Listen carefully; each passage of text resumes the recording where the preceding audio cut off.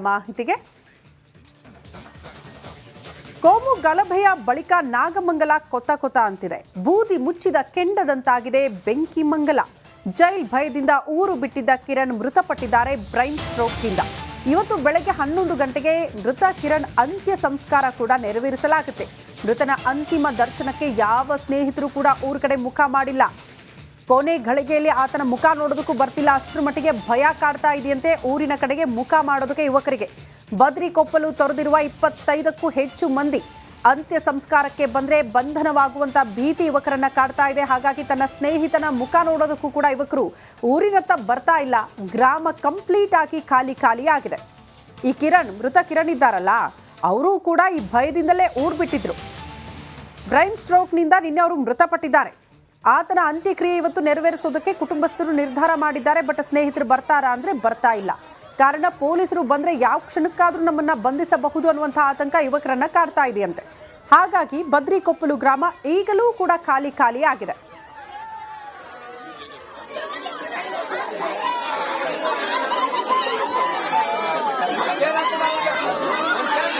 ಈ ಬಗ್ಗೆ ಮತ್ತಷ್ಟು ಡೀಟೇಲ್ಸ್ ಅನ್ನ ಕೊಡ್ತಾರೆ ನಮ್ಮ ಪ್ರತಿನಿಧಿ ಆನಂದ್. ನೇರ ಸಂಪರ್ಕದಲ್ಲಿ ಜಾಯಿನ್ ಆಗ್ತಿದ್ದಾರೆ. ಆನಂದ್, ಬದ್ರಿಕೊಪ್ಪಲು ಗ್ರಾಮ ಖಾಲಿ ಆಗಿದೆ ಅಂತ ನಾವು ಪ್ರತಿ ಬಾರಿ ಸುದ್ದಿ ಮಾಡ್ತಾನೆ ಇದ್ದಿದ್ದೀವಿ. ಆದ್ರೆ ಸ್ನೇಹಿತ ಮೃತಪಟ್ಟರು ಕೂಡ ಆತನ ಮುಖ ನೋಡೋದಕ್ಕೂ ಭಯ ಕಾಡ್ತಾ ಇದೆಯಾ ಯುವಕರಿಗೆ, ಹೇಗೆ ಅಂತ?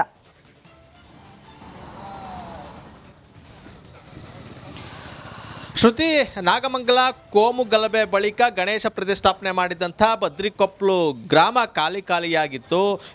ಏನೋ ಬಂಧನದ ಭೀತಿಯಿಂದ ಗ್ರಾಮದ 25ಕ್ಕೂ ಹೆಚ್ಚು ಮಂದಿ ಯುವಕರು ಗ್ರಾಮವನ್ನು ತೊರೆದಿದ್ರು.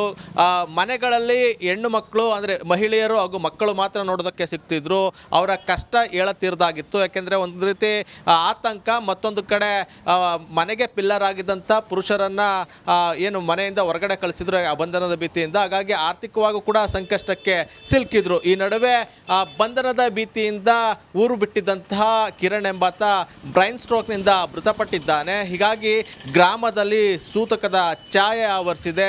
ಇಡೀ ಗ್ರಾಮ ಆಕ್ರಂದನದಲ್ಲಿ ಮುಳುಗಿದೆ. ಕುಟುಂಬಸ್ಥರಂತೂ ಅವರ ದುಃಖ ಹೇಳೋದಕ್ಕೆ ಆಗ್ತಿಲ್ಲ. ಯಾಕೆಂದರೆ ಒಬ್ಬನೇ ಮಗನನ್ನು ಕಳೆದುಕೊಂಡು ಈಗ ಇಡೀ ಕುಟುಂಬ ಅನಾಥವಾಗಿರುವಂಥದ್ದು. ಮತ್ತೊಂದೆಡೆ ಆತನ ತಂದೆ ಕೂಡ ಪ್ರಕರಣದಲ್ಲಿ 17ನೇ ಆರೋಪಿಯಾಗಿ ಜೈಲು ಸೇರಿದ್ರು. ಆತನಿಗೆ ಏನು ಕೋರ್ಟ್ ಕೂಡ ಅನುಮತಿ ಕೊಟ್ಟಿದೆ.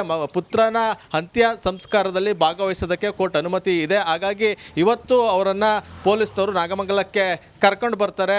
ಜೊತೆಗೆ ಏನು ಆತನ ಸ್ನೇಹಿತರೇನಿದ್ರು ಗ್ರಾಮದಲ್ಲಿ, ಆತನ ಸ್ನೇಹಿತರು ಕೂಡ ಇವತ್ತು ಗ್ರಾಮಕ್ಕೆ ಬರೋದಕ್ಕೆ ಎದುರ್ತಾ ಇರುವಂಥದ್ದು. ಯಾಕೆಂದರೆ ಈಗಾಗಲೇ ಅವ್ರನ್ನೂ ಕೂಡ ಬಂಧನ ಮಾಡುವಂಥ ಸಾಧ್ಯತೆ ಇದೆ. ಅದೇ ಭಯದಿಂದ ಊರು ತೊರೆದಿರುವಂಥ ಯುವಕರುಗಳು ಯಾರು ಕೂಡ ಅಂತ್ಯ ಸಂಸ್ಕಾರಕ್ಕೂ ಕೂಡ ಬರ್ತಾ ಇಲ್ಲ. ಆ ರೀತಿ ಭಯದ ವಾತಾವರಣ ಇದೆ.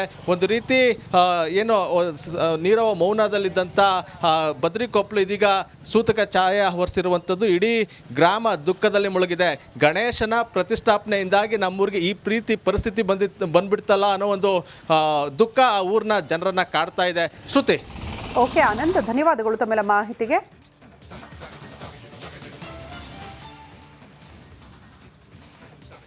ಚಾಕುವಿನಿಂದ ಇರಿದು ವಿದ್ಯಾರ್ಥಿಯನ್ನ ಬರ್ಬರವಾಗಿ ಹತ್ಯೆ ಮಾಡಲಾಗಿದೆಯಂತೆ.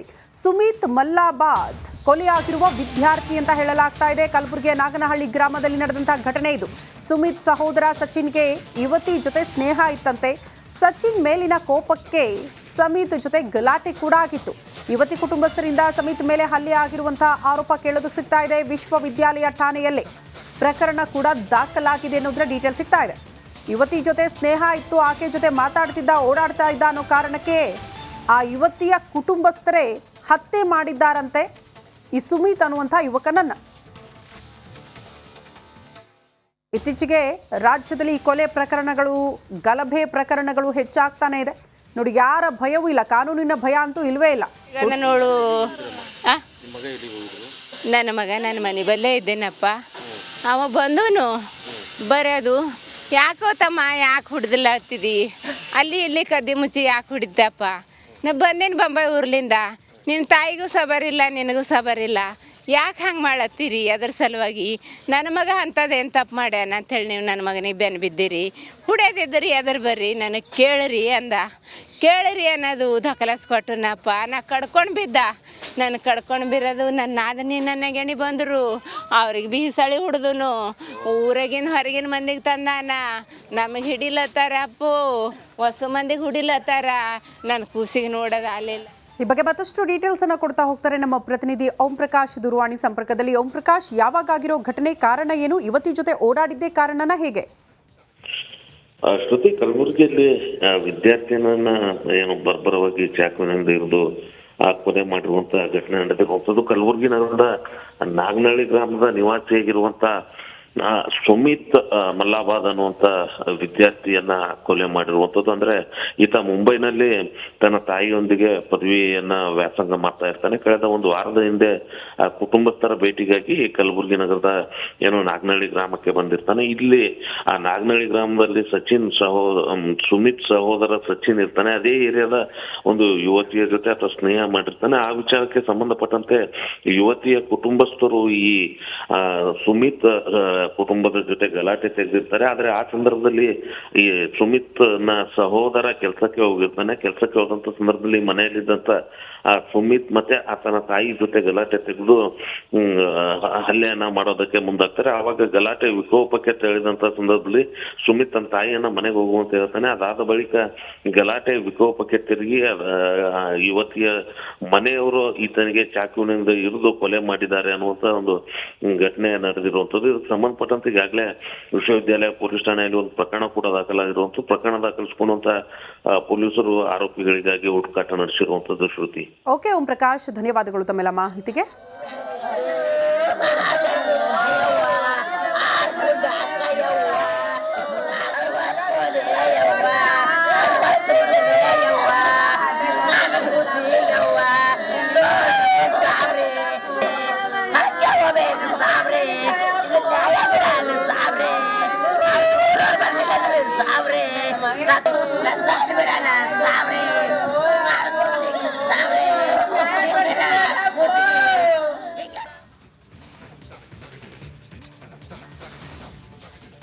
ಜನರ ಮನಸ್ಥಿತಿ ಎತ್ತ ಸಾಗ್ತಾ ಇದೆ ಅನ್ನೋದು ಕೂಡ ಪ್ರಶ್ನೆ ಆಗ್ತಾ ಇದೆ. ಕಾರಣ ನೋಡಿ, ಪದೇ ಪದೇ ಕೊಲೆ ಪ್ರಕರಣ, ಸಾವಿಗೀಡಾಗಿರುವಂತಹ ಸುದ್ದಿಗಳು, ಈಗ ಮತ್ತೊಂದು ಚಾಕು ಇರಿತದ ಪ್ರಕರಣ ಬೆಳಕಿಗೆ ಬರ್ತಾ ಇದೆ.